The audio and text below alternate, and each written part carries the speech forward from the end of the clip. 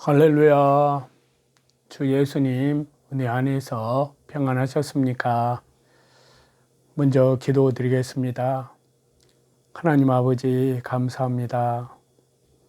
아버지의 살아있는 말씀으로 권능을 받기를 원합니다.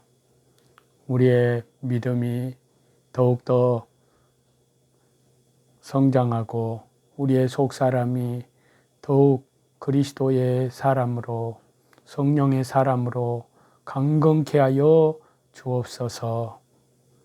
다시 재림하실 주님을 사모합니다.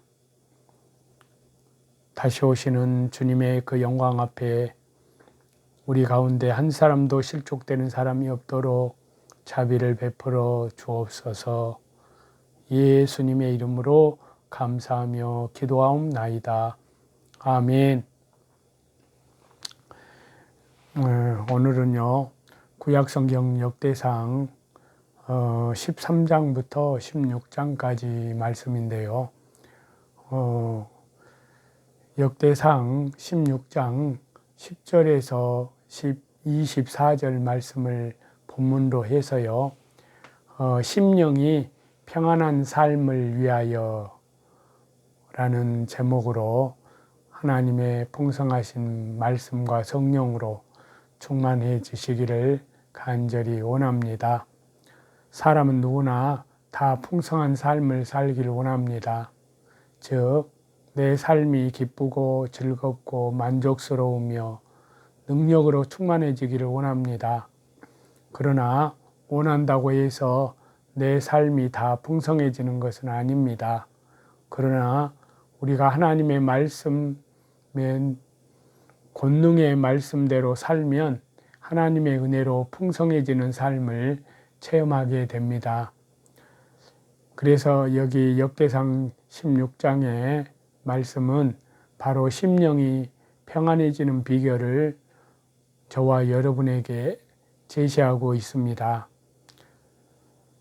저와 여러분 이 시간 말씀과 성령님의 감동에 의해서 영감된 다윗의 이 감사의 노래, 이 말씀을 통하여 심령이 평안한 삶의 비결을 알아보기를 간절히 원합니다. 첫 번째, 심령이 평안한 삶을 누리기 위해서는 하나님의 말씀을 기억해야 합니다. 13절에서 15절에 그 말씀을 하고 있는데요. 사람이 무엇을 기억하느냐 하는 것은 굉장히 중요합니다. 과거에 쓰디쓴 상처나 아팠던 순간들, 그리고 생의 어두운 면들을 기억하고 있으면 현재의 삶도 어둡고 또 부정적이 되어버립니다. 그러나 과거에 달콤하고 행복했던 순간들을 또 하나님 말씀 가운데 믿음으로 동행하며 권능의 삶으로 말씀과 성령으로 복음 전파했던 그 순간들을 기억하고 있으면 그것에서 투영된 말씀과 성령으로 충만한 모습들이 현실로 말씀으로 이루어지게 되어서 정신적으로 건강한 믿음의 인생을 살게 됩니다. 그래서 우리는 될 수만 있으면 과거의 상처들, 아픔 등을 다 떨쳐버리고 예수님의 십자가의 피로 깨끗하게 다 파쇄해버리고 밝고 맑은 하나님의 말씀, 살아있는 말씀, 하나님의 말씀은 살아있고 운동력이 있고 좌우의 날선 어떤 검보다도 예리합니다. 그 말씀의 능력을 받아야 됩니다. 그래서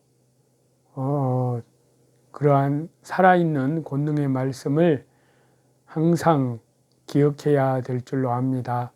특히 이 역대상 16장의 이 말씀은 우리가 반드시 기억해야 될 것을 말씀해 주는데요. 그것은 하나님의 영원한 언약의 말씀이십니다. 하나님의 영원한 언약의 약속들을, 그 말씀들을 잊지 않고 기억하는 것은 우리의 영혼의 소망의 빛을 비추어 줍니다. 심지어 마음과 육체의 병을 치료하기까지 합니다.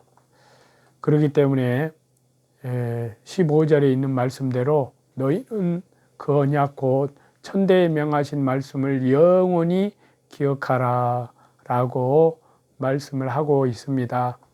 그리고 12절과 13절에 보시면 여호와께서 하나님께서 행하신 그 이적과 그 입의 판단을 기억하라고 말씀하고 있습니다.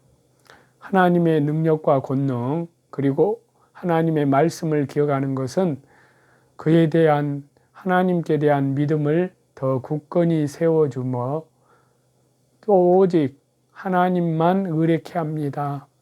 그렇기 때문에 어떠한 순간에도 요동치 않는 풍성한 삶을 살게 해 주십니다. 저와 여러분 우리 모두가 하나님의 영원한 말씀을 기억하기를 간절히 기도합니다. 두 번째요, 심령이 평안한 삶을 위해서는 하나님의 능력을 구해야 한다고 11절에 말씀하고 있습니다. 우리 믿는 성도들에게 하나님께서 주신 특권이 있다면 그것은 기도하는 것입니다. 우리의 능력은 한계가 있어서 곧잘 벽에 부딪혀 넘어지고 좌절합니다. 그러나 우리에게 하늘로부터 들려오는 소망의 메시지가 있는데 그것은 하나님께 구하라. 그러면 하나님이 하신다 라는 말씀이십니다. 우리의 성도들은 이에 대한 굳건한 믿음이 있습니다.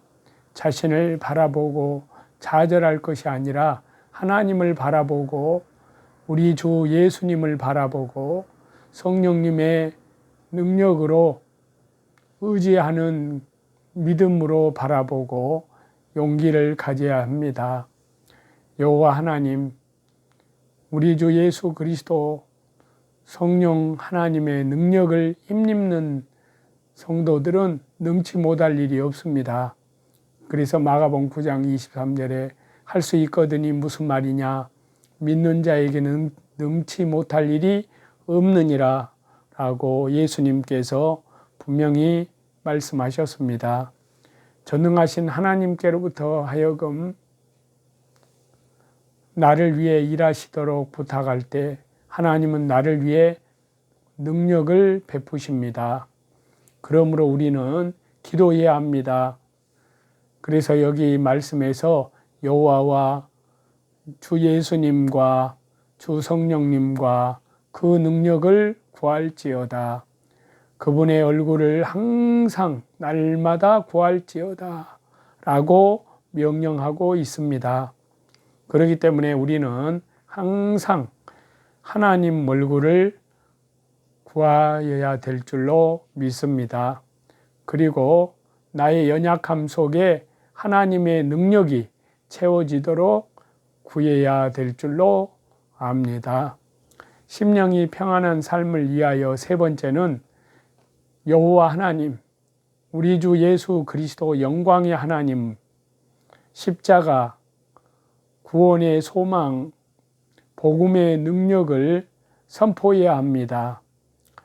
그래서 24절에 보면은 그분의 기이한 행적을 만민 중에 선포할지어다.